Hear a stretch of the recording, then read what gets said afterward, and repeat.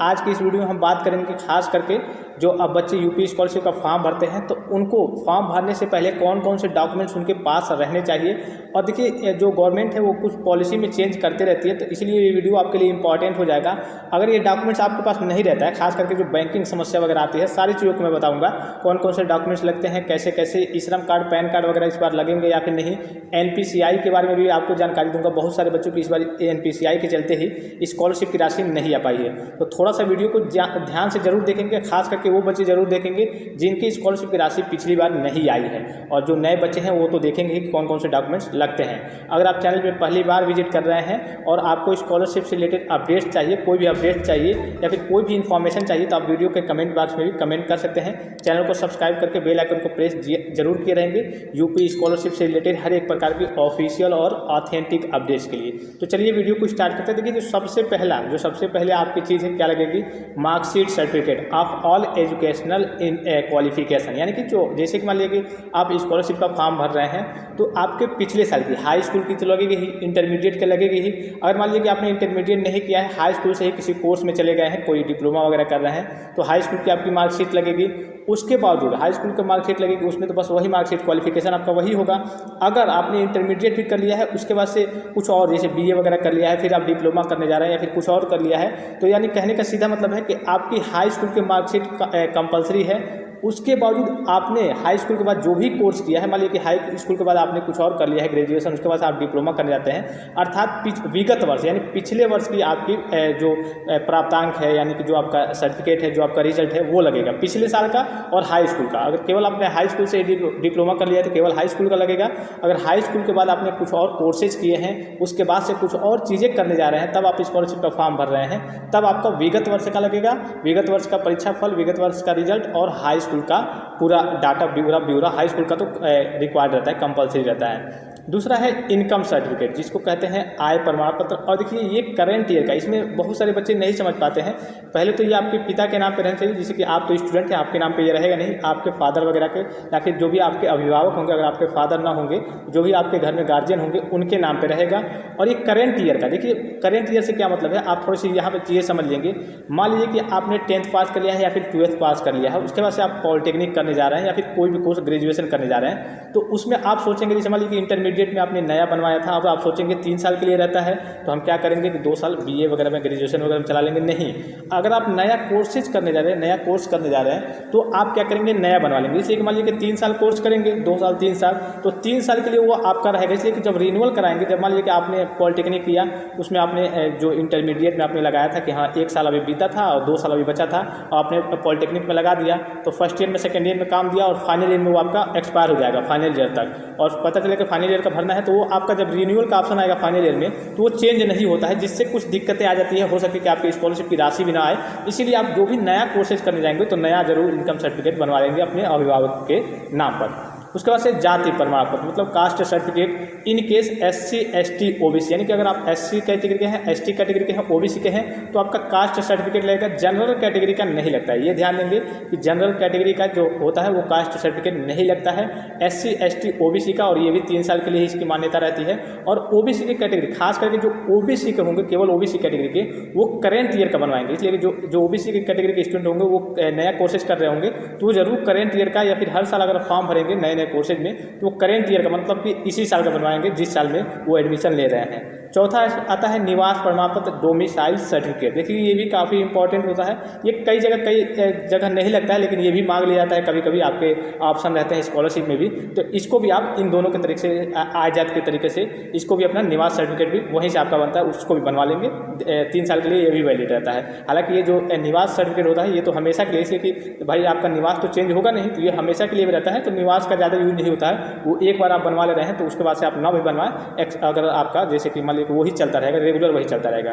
उसके बाद से है 5वां आधार कार्ड। देखिए आधार कार्ड बहुत ज़्यादा इंपॉर्टेंट है, और आधार कार्ड तो सभी बच्चे के पास है, लेकिन आधार कार्ड में कोई भी डाटा आपको इनकरेक्ट, कोई भी आपका डाटा इनकरेक्ट नहीं रहना चाहिए।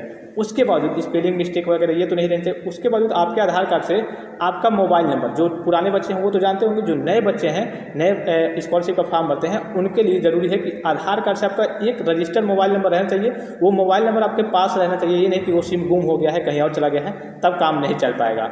छठा है बैंक अकाउंट, बैंक पासबुक। देखिए ये सबसे ज़रूरी है, इस पर मैं अभी एक विशेष चर्चा भी करूंगा NPCI को लेकर के कि क्यों बच्चों की स्कॉलरशिप की राशि नहीं आ पाती है, फंस जाती है।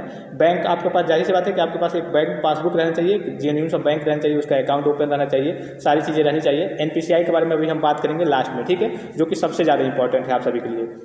सातवां है कॉलेज फीस रसीद। जैसे कि आप कॉलेज में आपका एडमिशन हो जाता है, आप फीस वगैरह जमा करते हैं, तो कॉलेज की फीस लगती है कि कितना आपने फीस जमा किया है, किस तरीके के रूप में कितना फीस है, कब लगा है, और एडमिशन की डेट इसी में मेंशन की जाती है। जो आप फीस जमा करते हैं वही आपका एडमिशन का डेट होता है। इस सत्र में, जिस सत्र मान लीजिए कि आप इस बार स्कॉलरशिप का फॉर्म भर रहे हैं और इसमें इस बार आपका एडमिशन कब हुआ है, वो आपकी जो फीस रसीद रहेगी उसी में मेंशन की होगी जो डेट, वही आप डेट भरेंगे। उसके बाद से आठवां है पासपोर्ट साइज फ़ोटो। आपकी 1, 2 या फिर 2 फोटो वगैरह लगती हैं, तो ये तो जाहिर सी बात है पासपोर्ट साइज फोटो सभी के पास होगा, वो तो कहीं से बनवा लेंगे।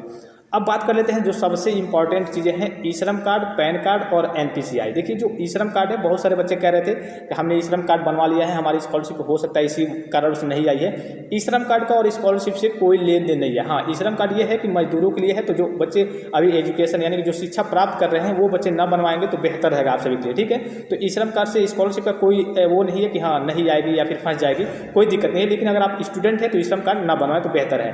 पैन कार्ड सभी बच्चों के पास रहना चाहिए, ये तो जाहिर सी बात है। अगर आपका एज 18+ हो गया है तो आप पैन कार्ड बनवा लेंगे, कई जगह लगता है, लेकिन स्कॉलरशिप में पैन कार्ड की कोई वार्यता नहीं होती कि हाँ आपको पैन कार्ड लगाना है। अब जो सबसे इंपॉर्टेंट है, जो आखिरी चीज़ है, जो बैंक पासबुक को लेकर के, बैंक डिटेल को लेकर के है, NPCI, national payment corporation of India, जिससे इस बार बहुत सारे बच्चों की स्कॉलरशिप की राशि फंस गई है, नहीं आ पाई है। इस चीज़ को थोड़ा सा ध्यान से समझेंगे सभी बच्चे, खास करके वो बच्चे, मान लीजिए कि आपका एक अकाउंट है, आपने उसको बंद करा दिया है, या फिर वो चालू हुई है, आपने दूसरा अकाउंट भी कहीं ओपन करा लिया है। अब देखिए जो आपकी स्कॉलरशिप की राशि भेजी जाएगी आपके आधार पेमेंट, APBS, आधार पेमेंट ब्रिज सिस्टम से भेजी जाती है।